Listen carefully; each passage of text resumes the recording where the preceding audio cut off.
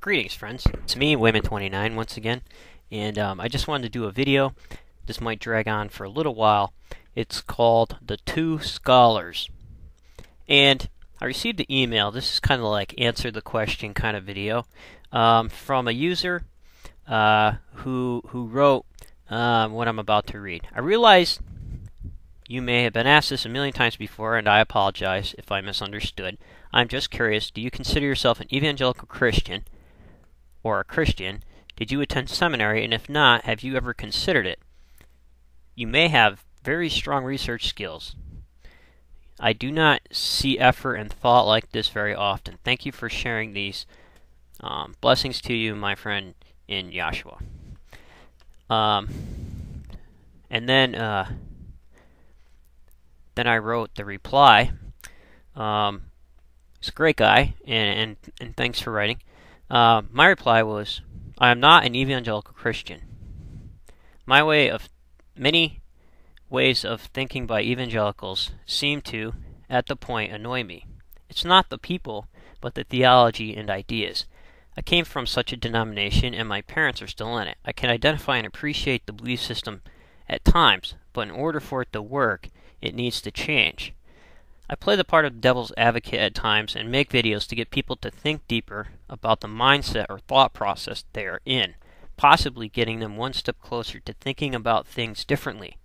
So that is why at times I may sound like a Christian, an atheist, a Jew, or defend Islam. Personally, I believe that there are many forms of beliefs out there that help explain the world we live in, why we are here, our role in life, and possibilities of an afterlife. Each culture has its own way of doing such things. Because my beliefs are in a constant state of flux, I'm unable to have a stationary set of beliefs, like a creed or a set of rules. I believe personally that I am here to relieve suffering. So if I can use a religion of that person to do so, then I believe it is personally correct. So I identify more possibly with the ideas of Quakerism. I never went to seminary, but was prompted to read many books because I had a good friend who at one point wanted to prove the Baptists wrong. Long story there. I went on a journey with him and read many ideas on anthropology, religion, mythology, and how it is related to culture and society. So it never stops. 10 years later, my buddy still loans me books on new findings and textual criticism, and we have some great discussions. The issue with seminary is that the framework is that of a belief system and theology.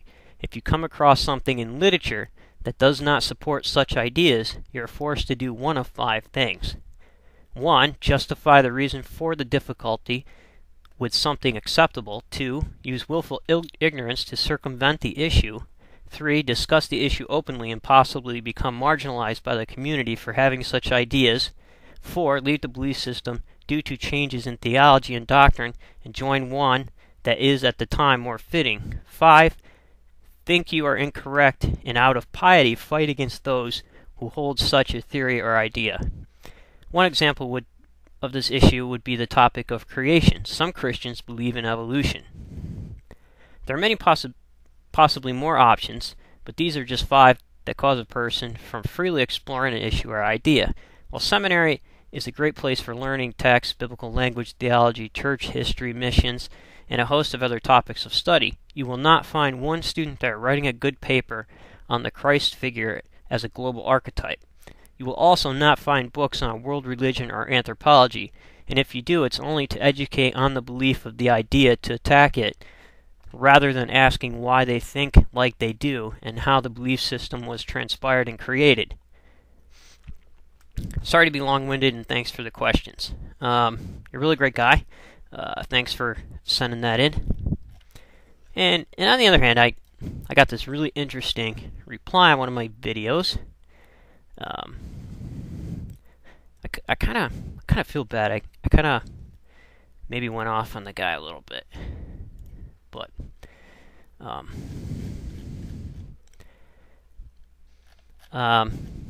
it was written by Julio Cyp. I think that's how you pronounce it. Juliocyp. He writes, I would like to correct you on the fact that Bart Ehrman is not the foremost scholar on New Testament criticism. Now, sir, I'm not one to hide from textual criticism. I will be doing theology, divinity at university, and I am open to schools of different thoughts, but his scholarly work equivalent was heavily criticized by the majority of foremost scholars of the New Testament. Thanks. Also, one more thing. The actual issue of the video, this video was reply to Venom Fanatics interview with Allah. Your points were very poor.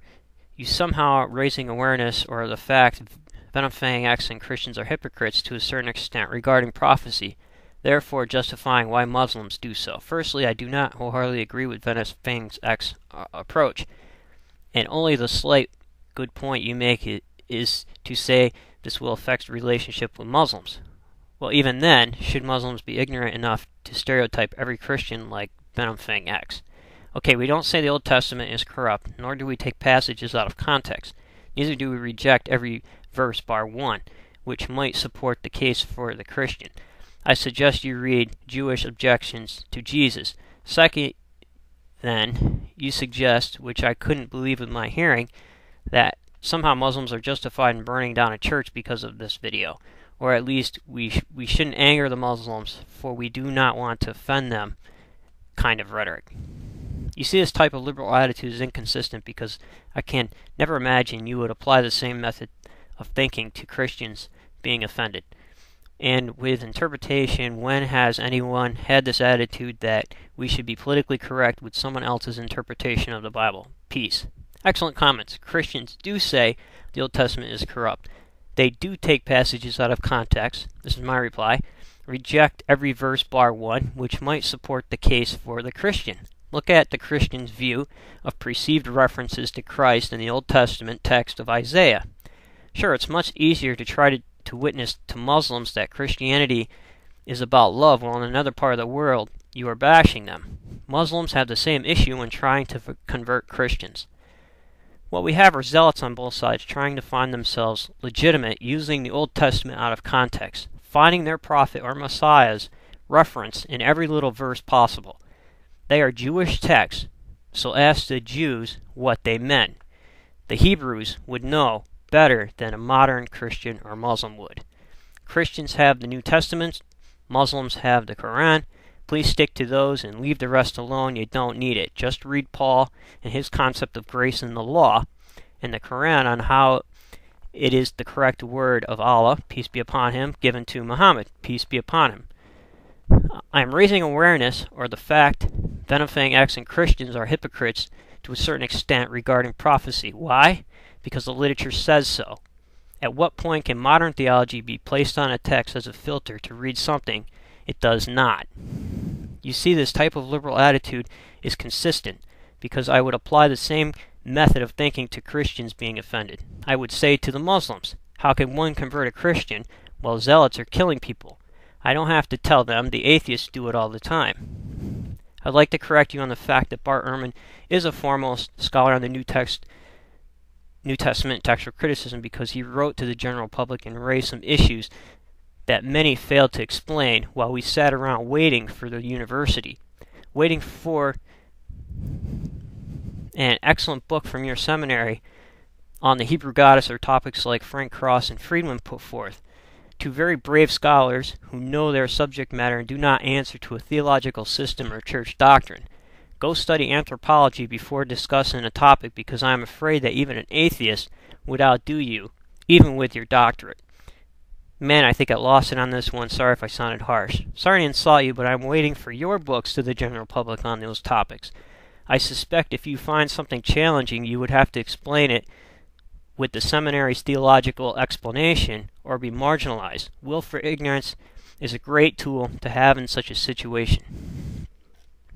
Not all seminaries are like that, but the more conservative and fundamentalist ones are, and they do a huge disservice to the study and the moving forward of understanding biblical literature, Hebrew literature, and archaeology. So sometimes they're more of a curse than they are of a blessing.